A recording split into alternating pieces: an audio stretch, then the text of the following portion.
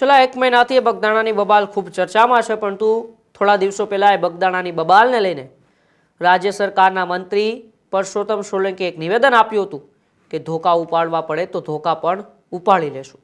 અને એ નિવેદનને લઈને જ હવે બગદાણાની બબાલમાં વધુ ગરમાવો આવ્યો છે. ગુજરાત આહિર સેનાના ધોકા ઉપાડવાની વાતને લઈને હવે રોષ જોવા મળી રહ્યો છે.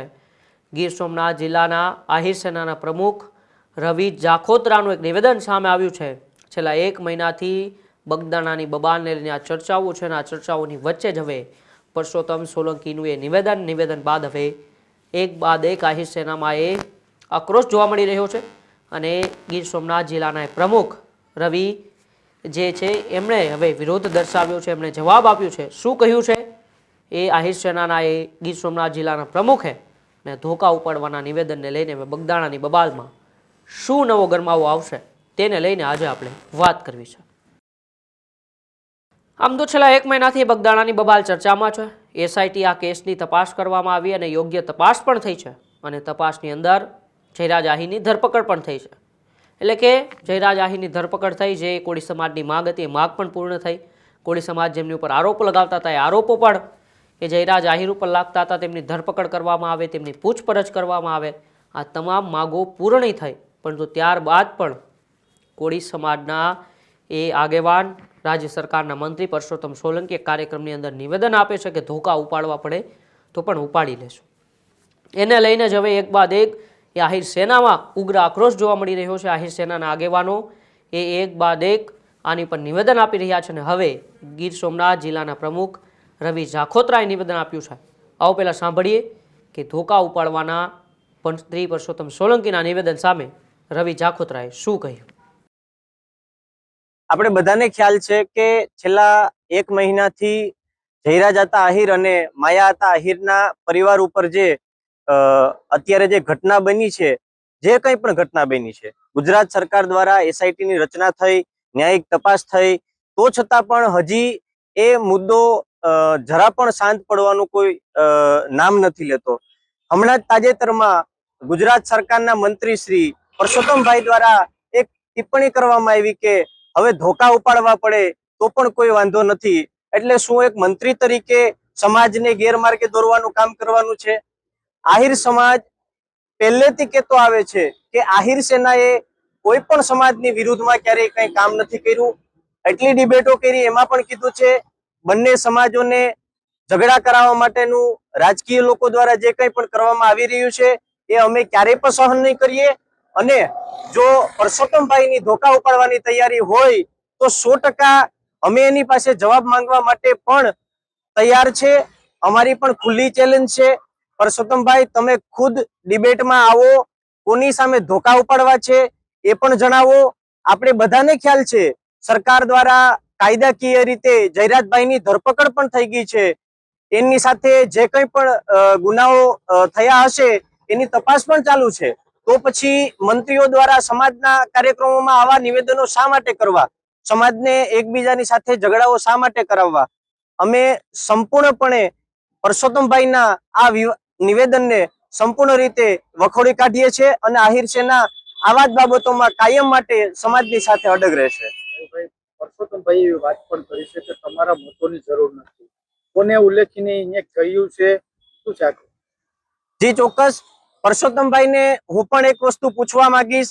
આપણે લોકશાહીમાં જીવીએ છીએ. કોઈ એક જ્ઞાતિથી ક્યારેય પણ ચૂંટણી જીતી શકાતી નથી. એટલે જો એ હકીકતમાં એવું કહેવા માંગતા હોય કે આહિર સમાજના મતોની મારે જરૂર નથી, તો ચોક્કસથી 2027ની ચૂંટણીમાં આહિર સમાજ આવી જ રીતે 100% સામે સામું જો કંઈ પણ કરવાનું થશે તો એ કરવા માટે તૈયાર છે. આગામી કોઈ કાર્યક્રમ? આગામી કાર્યક્રમની અત્યારે કોઈ પણ પ્રકારે કઈ તૈયારી નથી. ચોક્કસથી હજી પણ જો પરસોત્તમભાઈ પોતાનું નિવેદનમાં કોઈ સ્પષ્ટતા નહીં કરે તો ચોક્કસથી એક મહાસંમેલન અથવા શક્તિ પ્રદર્શન બોલાવવાની આહિર સેનાની સંપૂર્ણ તૈયારી છે. જે રીતે સોશિયલ મીડિયા પર ટીકા કરવામાં આવી રહી છે અને કહેવામાં આવ્યું છે કે જયરાજ આહિરની ધરપકડ થયા બાદ એમને વરઘોડો કાઢવાની વાત કરી છે, આવી ટીકા ટિપ્પણીઓ છે. જી, એ કાયદાની વાત છે. જે કંઈ પણ ગૃહ વિભાગ દ્વારા જે કંઈ છેલ્લા ઘણા સમયથી નક્કી કરવામાં આવ્યું છે એમાં અમે કોઈ પ્રકારે કંઈ ટિપ્પણી નહીં કરીએ. પણ કાયદાકીય રીતે જે કઈ તપાસ થશે એમાં આહિર સેના 100% સપોર્ટ કરશે. સોશિયલ મીડિયા પર ટીકા ટિપ્પણીઓ કરવામાં આવી રહી છે. કેટલાક સોશિયલ મીડિયા પર જે લોકો છે એ સમાજને કદાચ ગેરમાર્ગે દોરતા હોય તે પ્રકારનું લાગી રહ્યું છે. આપનું શું માનવું છે?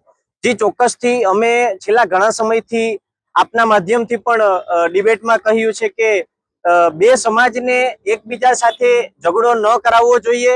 આ મેટર બે વ્યક્તિ વચ્ચેની છે, ન્યાયિક તપાસ ચાલુ છે, એટલે રાજકીય લોકોએ આ બાબતમાં કંઈ પણ સમાજ વિશે ટિપ્પણીઓ ન કરવી એવી પણ અમારી વિનંતી છે. આહિર સેના સમાધાન માટેની કઈ પ્રક્રિયા અપનાવશે જો સમાધાન કરવાની વાત આવે? જી ચોક્કસ સમાધાનની વાત આવે તો જે પ્રમાણે માયા હતાના પરિવારની વાત છે તો અમે પરિવારથી અપર છે નહીં.